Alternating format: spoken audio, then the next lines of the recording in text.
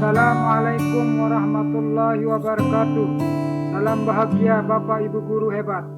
Saya akan mendemonstrasi kontekstual pemikiran Ki Hajar Dewantara modul 1.A6. Nama saya Lalu Tahirudin SPD, SMPN 7 Pucuk, Kabupaten Lombok Tengah, CGP Angkatan 7. Fasilitator Lalu Sulfi Munir MPD, pengajar praktik Ruhiyatul Ilmi SPD. Profil singkat Ki Hajar Dewantara. Nama lengkap Ki Hajar Dewantara alias Raden Mas Purwadadi Suryaningrat. Pendiri Taman Siswa tahun 1992 di Yogyakarta. Sebagai gerbang emas kemerdekaan dan kebebasan kebudayaan bangsa. Menteri Pendidikan pertama Indonesia, Presiden Insinyur Soekarno.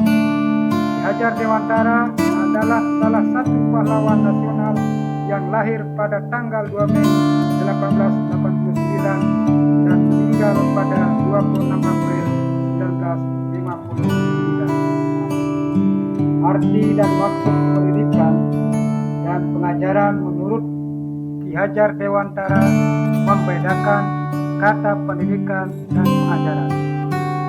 Pengajaran merupakan proses pendidikan yang tujuannya adalah memerdekakan manusia untuk kecakapan hidup anak secara lahir dan batin, yang berguna untuk memerdekakan manusia untuk tidak tergantung pada orang lain. Sedangkan pendidikan memberi tuntunan agar mampu mencapai keselamatan dan kebahagiaan setinggi-tingginya terhadap segala kekuatan kodrat yang dimiliki anak. Azas pendidikan. Menurut Ki Hajar Dewantara, tujuan pendidikan adalah menuntun anak-anak agar dapat mencapai keselamatan dan kebahagiaan sebagai manusia setinggi-tingginya, baik sebagai manusia maupun anggota masyarakat. Dalam menuntun laku dan pertumbuhannya, mengibaratkan seperti seorang petani dan tukang kebun. Anak-anak seperti biji tumbuhan, bulir-bulir jagung yang ditanam di tanah yang subur dengan mendapatkan sinar matahari, air yang cukup, pupuk yang sesuai akan tumbuh dengan baik. Walaupun biji tumbuhan dan bulir jagung kurang baik, dengan perawatan dan perhatian yang baik, maka akan tumbuh dengan baik. Begitupun sebaliknya, dalam merawat padi dan jagung tentu akan berbeda perlakuan dan perawatan. Begitu pula sebagai pendidik harus sungguh-sungguh dalam menuntun peserta didik sebagai pamong agar mereka tidak kehilangan arah dan membahayakan dirinya. Kodrat alam dan kodrat zaman.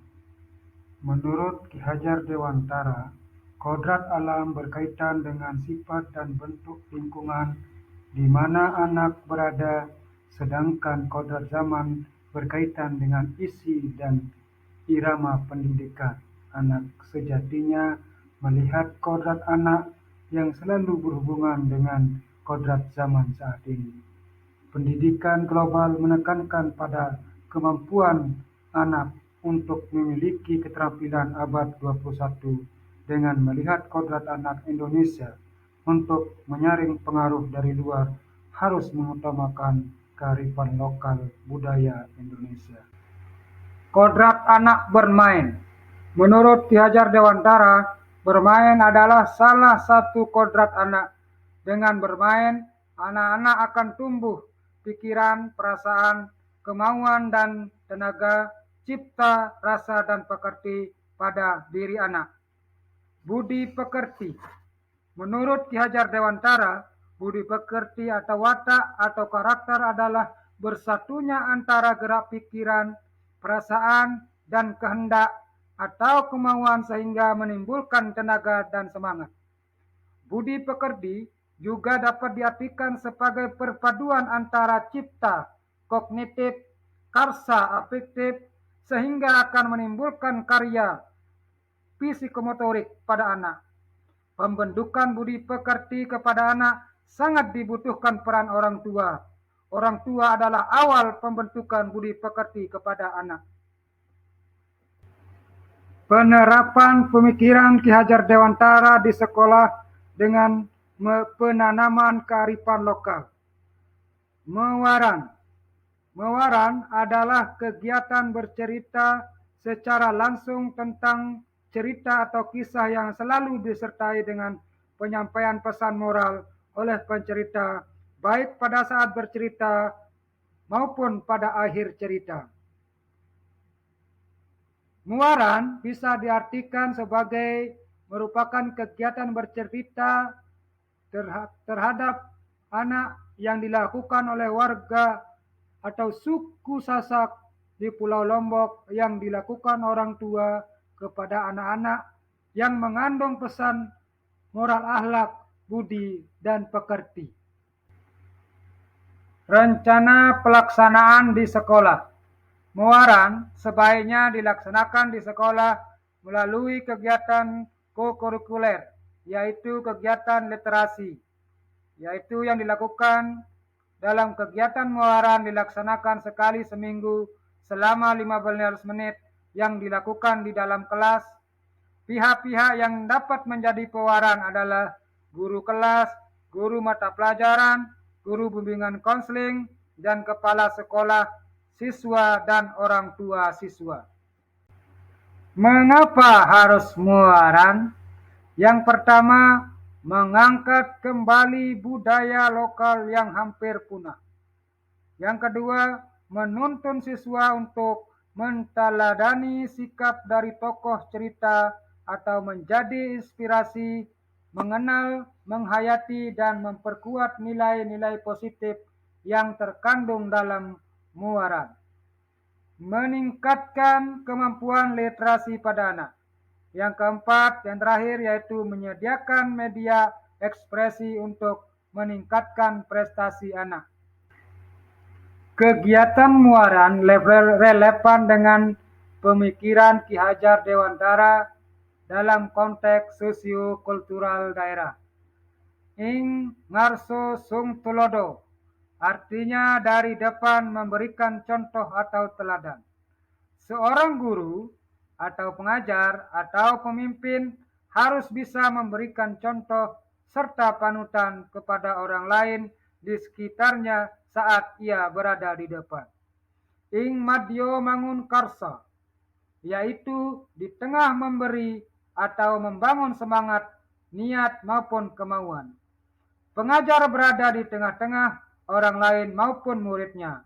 Guru harus bisa membangkitkan atau membangun niat, kemauan, dan semangat dalam diri orang lain di sekitarnya. Tuturi handayani, memberi motivasi, mendorong, membangun jiwa yang berkarakter. Ketika berada di belakang, pengajar atau guru harus bisa memberikan semangat maupun dorongan kepada murid-muridnya. Tantangan yang dihadapi dalam penerapan pemikiran Ki Hajar Dewantara. Pertama, kemampuan guru dalam mewaran. Yang kedua, perhatian anak untuk menyimak. Yang ketiga, waktu untuk mewaran. Yang keempat, karakteristik siswa. Solusi dalam mengatasi tantangan. Pertama, secara bergiliran menjadi pewaran guru kelas, guru mata pelajaran, guru bimbingan konseling, dan kepala sekolah, siswa, maupun orang tua siswa. Dengan menyediakan media mewaran yang menarik seperti menggunakan boneka maupun media internet menarik lainnya. Yang ketiga, mewaran sebaiknya dilaksanakan di sekolah melalui kegiatan kokurikuler, yaitu kegiatan literasi 15 menit sebelum jam pelajaran di kelas. Yang keempat, berusaha belajar memahami karakter peserta didik dengan pendekatan individu melakukan survei karakter peserta. Demikianlah yang bisa saya sampaikan atau dapat saya persembahkan. Kurang lebih mohon maaf. Terima kasih. Assalamualaikum warahmatullahi wabarakatuh.